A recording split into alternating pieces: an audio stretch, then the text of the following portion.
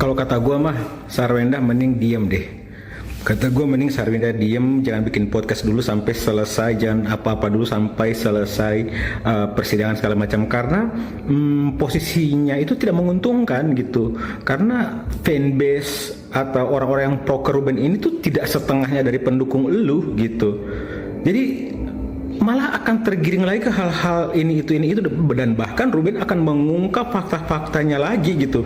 Lu makin akan. Halo teman-teman, selamat datang kembali di Analisis Sengit, channel yang selalu membahas dan mengulas berbagai isu yang sedang ramai diperbincangkan di media sosial. Hari ini kita akan membahas sosok Sarwenda yang kembali menjadi sorotan publik setelah berbagai pernyataannya di podcast memicu gelombang reaksi baru.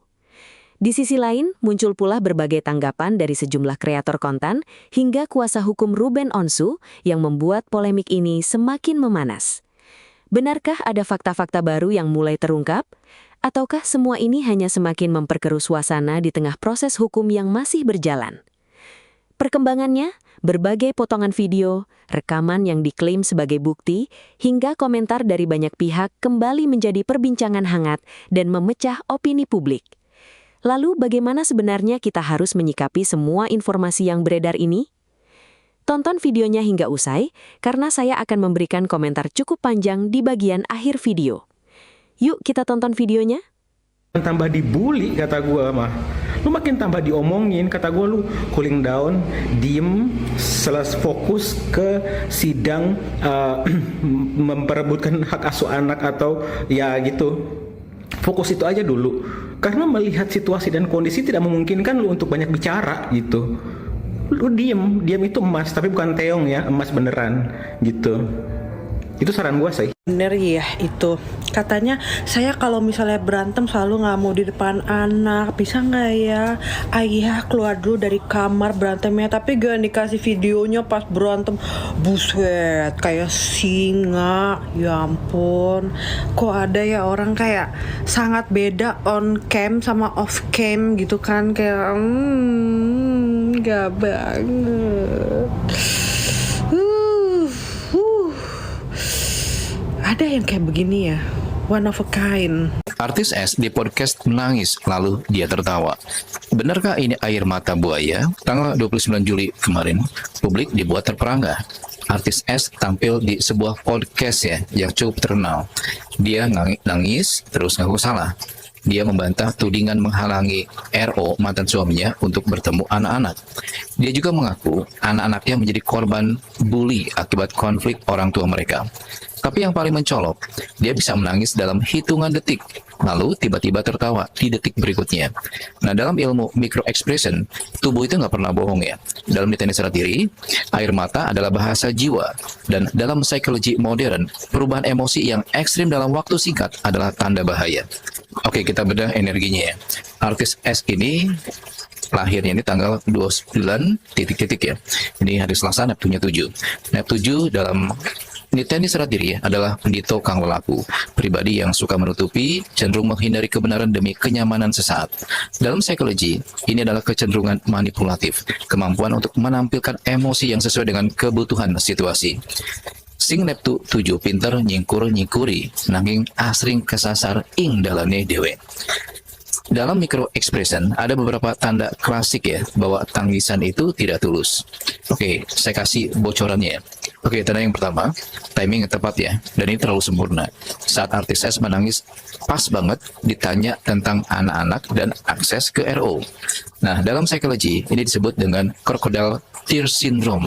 Air mata yang muncul bukan karena kesedihan spontan, tapi karena diproduksi untuk mencapai tujuan tertentu. Nah, yang kedua, ini ada transisi tangis tawa yang terlalu cepat ya. Ini yang paling mencolok ya, saat S ini menangis dalam hitungan detik, lalu tiba-tiba tertawa di detik berikutnya. Nah, dalam psikologi, ini adalah tanda ketidakstabilan emosi. Atau, lebih buruk, ini adalah tanda bahwa tangisan itu diproduksi, bukan dirasakan. Polemik Sarwenda, Ruben Onsu kian hari kian memanas ya.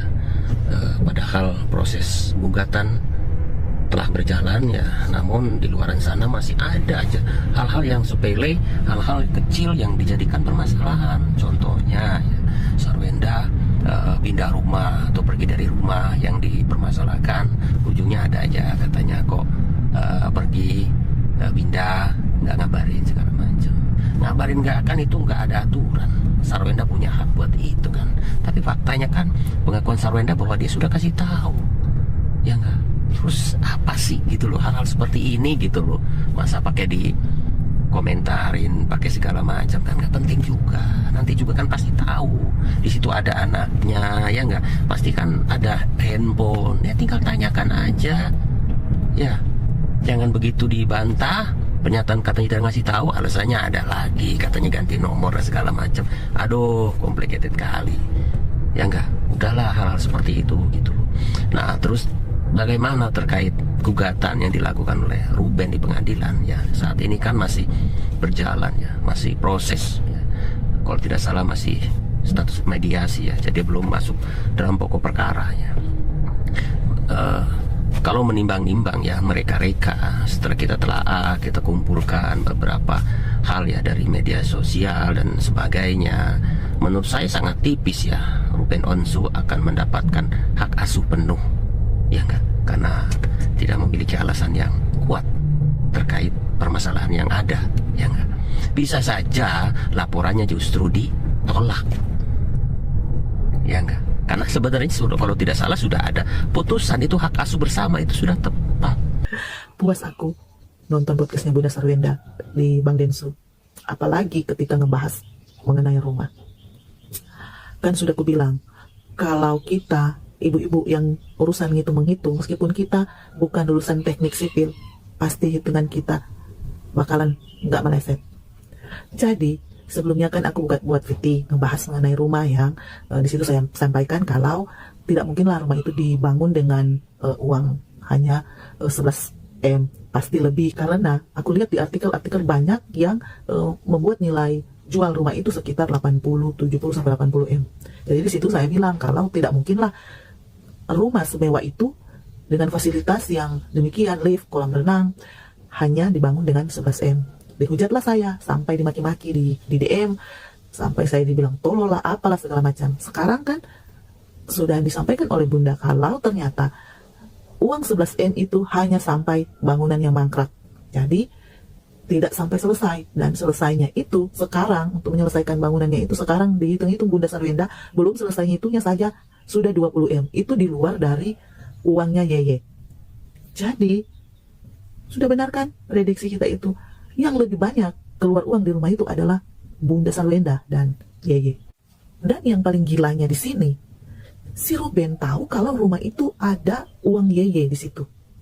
Pakai uang Yeye ketika membangun rumah itu. Karena Nai ternyata pernah chat ke Ruben untuk menanyakan tagihan uang itu dikala Yeye sudah meninggal.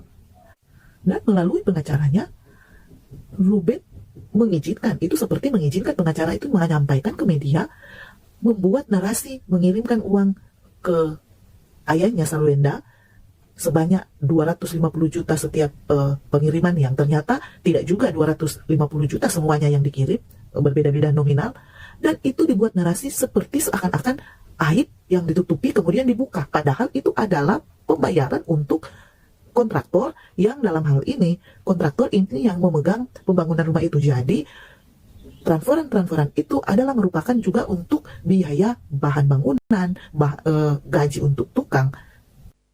Nah, teman-teman, setelah kita menyaksikan video tadi sampai selesai, sekarang izinkan saya memberikan pendapat pribadi saya mengenai persoalan ini. Sekali lagi, ini adalah opini saya sebagai orang yang mengikuti perkembangan pemberitaan dan berbagai konten yang beredar di media sosial. Saya tidak berada di pihak manapun, dan tentu saya tidak mengetahui apa yang sebenarnya terjadi di balik pintu rumah tangga mereka. Yang saya komentari hanyalah apa yang sudah menjadi konsumsi publik. Menurut saya, satu hal yang paling disayangkan dari polemik ini adalah semakin banyak pihak yang ikut bersuara, sementara proses hukumnya sendiri masih berjalan. Akibatnya, setiap hari selalu muncul narasi baru, klarifikasi baru, tanggapan baru, bahkan reaksi dari para kreator konten yang kemudian memunculkan sudut pandang berbeda-beda. Publik akhirnya bingung, mana yang benar, mana yang hanya opini, mana yang benar-benar fakta yang bisa dipertanggungjawabkan. Di era media sosial seperti sekarang, opini seringkali menyebar jauh lebih cepat daripada fakta. Potongan video berdurasi beberapa detik bisa langsung membentuk persepsi jutaan orang, padahal kita tidak tahu konteks sebelum dan sesudah potongan video tersebut. Hal seperti ini menurut saya sangat berbahaya, karena publik bisa mengambil kesimpulan terlalu cepat. Saya juga melihat bahwa setiap kali salah satu pihak memberikan penjelasan, tidak butuh waktu lama hingga muncul respon dari pihak lain. Setelah itu muncul lagi komentar dari pengamat, influencer, kreator konten, hingga wartanet. Siklusnya terus berulang tanpa henti. Akhirnya yang ramai bukan lagi substansi persoalannya, melainkan saling membalas narasi. Kalau saya pribadi, saya kurang setuju apabila konflik keluarga terus dibahas di ruang publik secara berkepanjangan. Saya paham bahwa ketika seseorang sudah menjadi figur publik, hampir semua hal akan menjadi perhatian masyarakat. Namun menurut saya tetap harus ada batasannya. Tidak semua persoalan harus dijelaskan kepada publik secara detail. Ada kalanya proses hukum dibiarkan berjalan sebagaimana mestinya. Yang juga menjadi perhatian saya adalah bagaimana masyarakat sekarang sangat mudah menentukan siapa yang benar dan siapa yang salah hanya berdasarkan satu video atau satu podcast. Padahal dalam perkara seperti ini, kita hanya melihat sebagian kecil dari keseluruhan cerita. Bisa jadi masih ada banyak hal yang tidak diketahui publik. Menurut saya kita sebagai penonton juga perlu lebih bijak. Jangan sampai rasa penasaran membuat kita langsung mempercayai semua informasi yang beredar. Apalagi sekarang begitu banyak konten yang menggunakan judul bombastis, thumbnail yang mengundang emosi, dan narasi yang sengaja dibuat agar memancing perdebatan. Itu memang bagian dari dunia media digital, tetapi sebagai penonton kita tetap harus kritis. Hal lain yang menurut saya penting adalah dampaknya terhadap anak-anak. Dalam setiap konflik keluarga, pihak yang paling rentan biasanya adalah anak.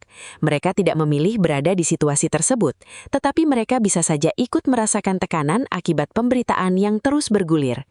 Karena itu, saya berharap semua pihak benar-benar mempertimbangkan jangka panjang sebelum memberikan pernyataan yang kemudian menjadi konsumsi publik. Saya juga melihat bahwa media sosial seringkali membuat seseorang merasa harus terus memberikan klarifikasi. Padahal belum tentu semua klarifikasi akan menyelesaikan masalah. Kadang justru semakin banyak penjelasan yang diberikan, semakin banyak pula pertanyaan baru yang muncul. Akhirnya polemik menjadi semakin panjang. Di sisi lain, saya juga memahami bahwa setiap orang tentu ingin membela diri ketika merasa disalahpahami. Itu adalah hal yang manusiawi. Namun menurut saya pembelaan diri tetap harus dilakukan dengan bijak dan mempertimbangkan konsekuensi yang akan muncul setelahnya. Karena sekali sebuah pernyataan dipublikasikan di internet, hampir mustahil untuk benar-benar menghilangkannya. Kalau saya memperhatikan perkembangan kasus ini, yang paling ramai justru bukan proses hukumnya, melainkan perang opini di media sosial. Hampir setiap hari ada analisis baru, dugaan baru, komentar baru, bahkan penafsiran baru terhadap pernyataan yang sama. Kondisi seperti ini membuat masyarakat semakin sulit membedakan mana informasi yang benar-benar penting dan mana yang sekedar membangun sensasi. Menurut saya masyarakat juga harus mulai membiasakan diri untuk tidak langsung mengambil kesimpulan hanya karena sebuah narasi terdengar meyakinkan. Kita perlu menunggu informasi yang benar-benar dapat dipertanggungjawabkan. Jangan sampai kita ikut menyebarkan tuduhan atau penilaian yang ternyata belum tentu benar. Sebagai kreator konten reaksi, saya juga merasa memiliki tanggung jawab moral. Konten reaksi memang bertujuan memberikan sudut pandang, tetapi saya berusaha agar komentar yang saya sampaikan tidak berubah menjadi penghakiman. Saya ingin mengajak penonton untuk berpikir kritis, bukan sekedar ikut arus opini yang sedang ramai. Saya percaya bahwa setiap orang berhak memiliki pendapat, tetapi pendapat juga harus disampaikan dengan cara yang bertanggung jawab. Berbeda pendapat itu biasa. Yang tidak baik adalah ketika perbedaan pendapat berubah menjadi serangan pribadi atau penyebaran informasi yang belum jelas kebenarannya. Pada akhirnya, saya berharap persoalan ini dapat menemukan jalan keluar yang terbaik bagi semua pihak, terutama jika memang ada anak-anak yang terdampak. Semoga kepentingan mereka tetap menjadi prioritas utama. Terlepas dari siapa nanti yang dianggap benar atau salah menurut proses hukum, semoga semuanya bisa diselesaikan dengan baik tanpa harus terus menjadi tontonan yang memicu perpecahan di masyarakat. Itulah pendapat pribadi saya, tentu kalian boleh saja memiliki pandangan yang berbeda. Justru itulah menariknya sebuah diskusi. Yang terpenting, mari kita tetap menjaga etika dalam berkomentar, tidak menghina, tidak menyebarkan fitnah, dan menghormati proses yang masih berjalan. Sekarang giliran kalian. Menurut kalian, apakah polemik ini akan segera mereda atau justru akan memunculkan babak-babak baru di media sosial? Apakah menurut kalian figur publik memang perlu memberikan klarifikasi secara terbuka atau lebih baik menyerahkan semuanya kepada proses hukum? Silahkan tuliskan pendapat kalian di kolom komentar. Saya ingin membaca berbagai sudut pandang dari kalian semua. Kalau kalian suka dengan pembahasan seperti ini, jangan lupa tekan tombol like, bagikan video ini kepada teman-teman kalian, dan tentu saja subscribe channel Analisis Sengit agar tidak ketinggalan pembahasan terbaru mengenai isu-isu yang sedang hangat diperbincangkan. Saya pamit undur diri, sampai jumpa di video berikutnya. Terima kasih sudah menonton sampai selesai.